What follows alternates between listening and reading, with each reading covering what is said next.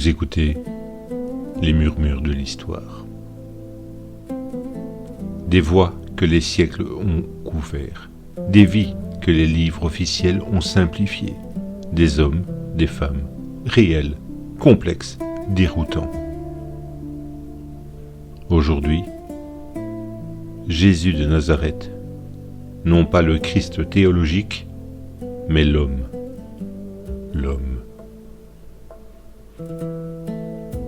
Entre 12 et 30 ans, 18 années, les évangiles canoniques se taisent.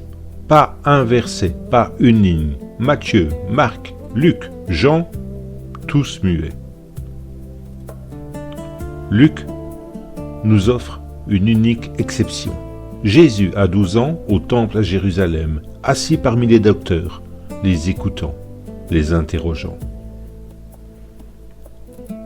Et ensuite, il retourne à Nazareth.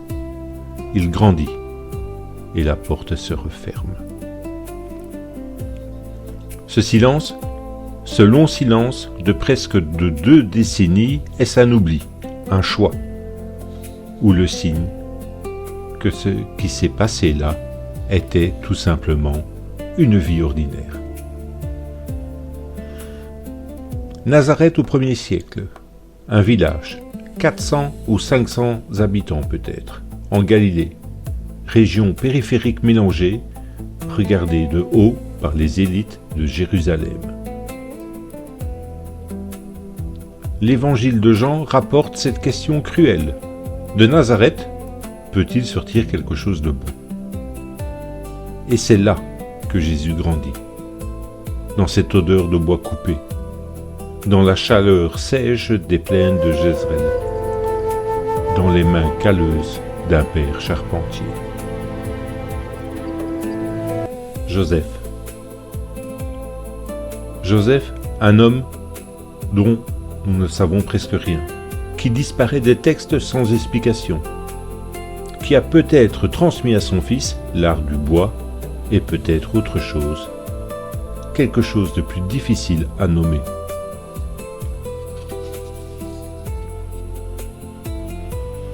Marc 6, verset 3. Les habitants de Nazareth, scandalisés par Jésus qui enseigne, posent une question qui nous en dit long. N'est-ce pas le charpentier ? Le mot grec est tekton. On le traduit souvent par charpentier, mais tekton désigne plus précisément un artisan du bois et de la pierre. Quelqu'un qui construit. Il construit des maisons, des portes, des jougs pour les bêtes, des poutres. Pendant 18 ans, au minimum, Jésus a eu des mains qui travaillent. Des mains qui mesuraient, qui assemblaient, qui savaient la différence entre le cèdre et le sycomore. Cette image-là, l'image de l'homme qui tient un ciseau à bois avant de tenir la foule, les évangiles l'ont presque effacée. Joseph disparaît complètement des textes. Il n'est plus mentionné ni au mariage de Cana, il est absent de la Passion, la tradition conclut qu'il est mort avant que le ministère public de son fils commence. Perdre son père, perdre un père, perdre l'homme qui t'a appris à planter un clou, qui t'a emmené à Jérusalem pour la Pâque, qui t'a cherché 3 jours durant quand tu avais 12 ans et qu'il ne savait pas où tu étais. Ce deuil-là n'est nulle part dans les évangiles. Il a pourtant eu lieu dans une maison de Nazareth avec des larmes, des vraies. Avant le désert, avant le baptême par Jean, avant tout ce que nous connaissons, il y a eu des années où rien n'a commencé.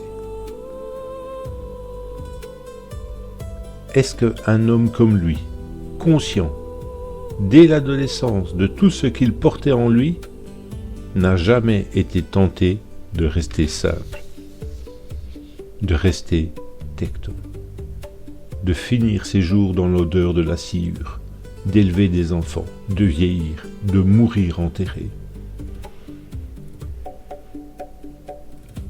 La tentation la plus profonde n'est peut-être pas celle du pouvoir ni de la gloire.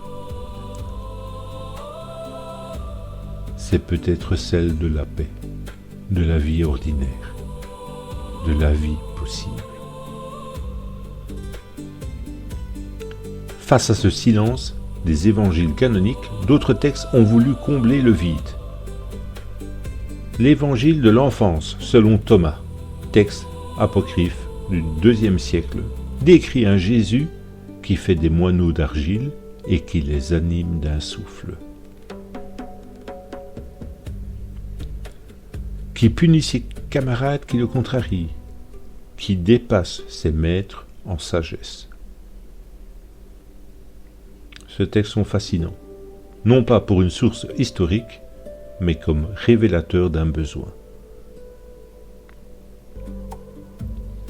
Le besoin humain de remplir ce qui manque, de ne pas tolérer le blanc, de donner à l'enfant de Nazareth une enfance à la mesure de ce qu'il deviendra. Mais l'histoire, la vraie, est souvent moins confortable que ça. Voici ce que nous savons, ou pouvons raisonnablement inférer. Jésus était juif, profondément. Il connaissait la Torah, il participait au pèlerinage, au moins à celui de Pécha à Jérusalem. Il parlait araméen comme langue maternelle, probablement l'hébreu pour les textes sacrés, et peut-être un petit peu de grec, le langage du commerce en Galilée. Il vivait dans un monde de tension, l'occupation romaine, les zélotes qui appellent à la révolte, les pharisiens qui débattent de la loi et les sadducéens liés au temple. Il a traversé tout cela, en silence, en le regardant. Ce silence de 18 ans, ce blanc dans les textes, n'est peut-être pas une lacune. C'est peut-être, précisément, ce qu'il y a de plus humain en lui. Une vie qui se déroule, qui apprend, qui souffre, qui doute peut-être, qui attend, sans que personne ne prenne de note.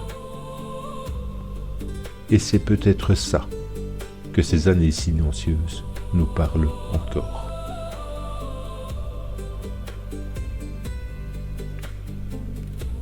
Vous venez d'écouter les murmures de l'histoire.